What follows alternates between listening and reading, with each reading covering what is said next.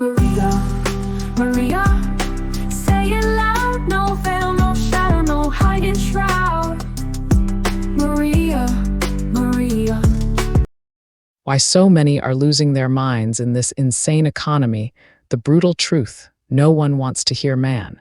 It's getting harder and harder to keep it together these days. Bills piling up sky high, groceries costing an arm and a leg, rent or mortgage eating half your paycheck, and that's if you're lucky enough to have a steady job. Life feels like it's squeezing the air out of you, and no wonder people are breaking down left and right. We're talking real mental breakdowns, anxiety through the roof, folks waking up in the middle of the night panicking about how they're going to make it to the next payday. Look around, inflation might be cooling. On paper, but prices for basics like food, gas, housing, and healthcare are still way up from just a few years ago. Surveys from late 2025 show over 70% of workers saying they can't cover more than the bare essentials. Families skipping doctor visits because copays are insane, eating cheap processed stuff because fresh food is a luxury now. Kids going without proper nutrition, adults grinding 2 or 3 jobs just to stay afloat, and the stress, it's killing us slowly. Reports say depression and anxiety are costing the world $1 trillion a year in lost work, and over 1 billion people dealing with some kind of mental health issue. Suicide rates climbing, especially among young people feeling trapped with no way out. How did we get here? God gave us life as a free gift, breath in our lungs, sun rising every morning, earth full of resources for everyone. But somewhere along the way, greedy systems took over. People in power, corporations jacking prices while raking in record profits, politicians passing laws that protect the rich and crush the rest. It's straight-up greed turning a gift into a nightmare.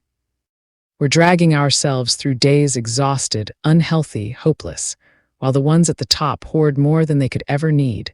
And the worst part, the devil whispers in those dark moments, give up, it's not worth it, no one's coming to help. He loves seeing us isolated, broken, turning on each other instead of fighting the real problem. But that's a lie. Life is worth it because God says so. He sees every tear, every empty fridge, every sleepless night. The news blasts nonstop about leaders caught in scandals, embezzling billions, insider deals, zero real punishment. They promise change, say trust the system, then show exactly why we can't. Crimes go unpunished because the system protects its own. Evil rising bold as ever, and it feels like no one's stopping it. In God we trust on the money, but the money's controlled by folks who trust only themselves.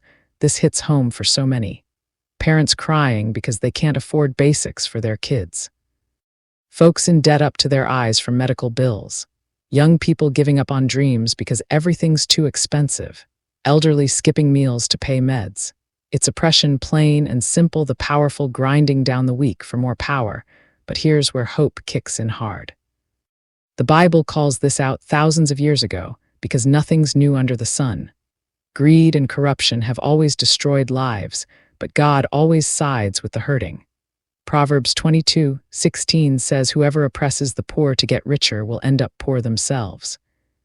Psalm 10 talks about wicked people boasting in their greed, thinking God doesn't see, but he does, and he acts. God commands us not to trust in oppression or stolen wealth, Psalm 62:10.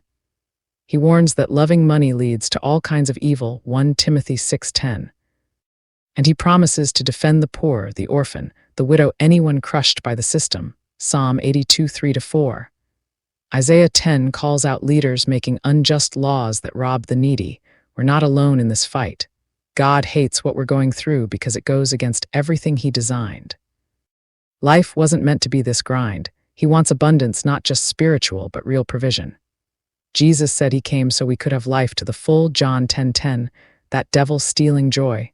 Jesus already beat him, so what do? First, hold on to God. Trust him when everything else fails.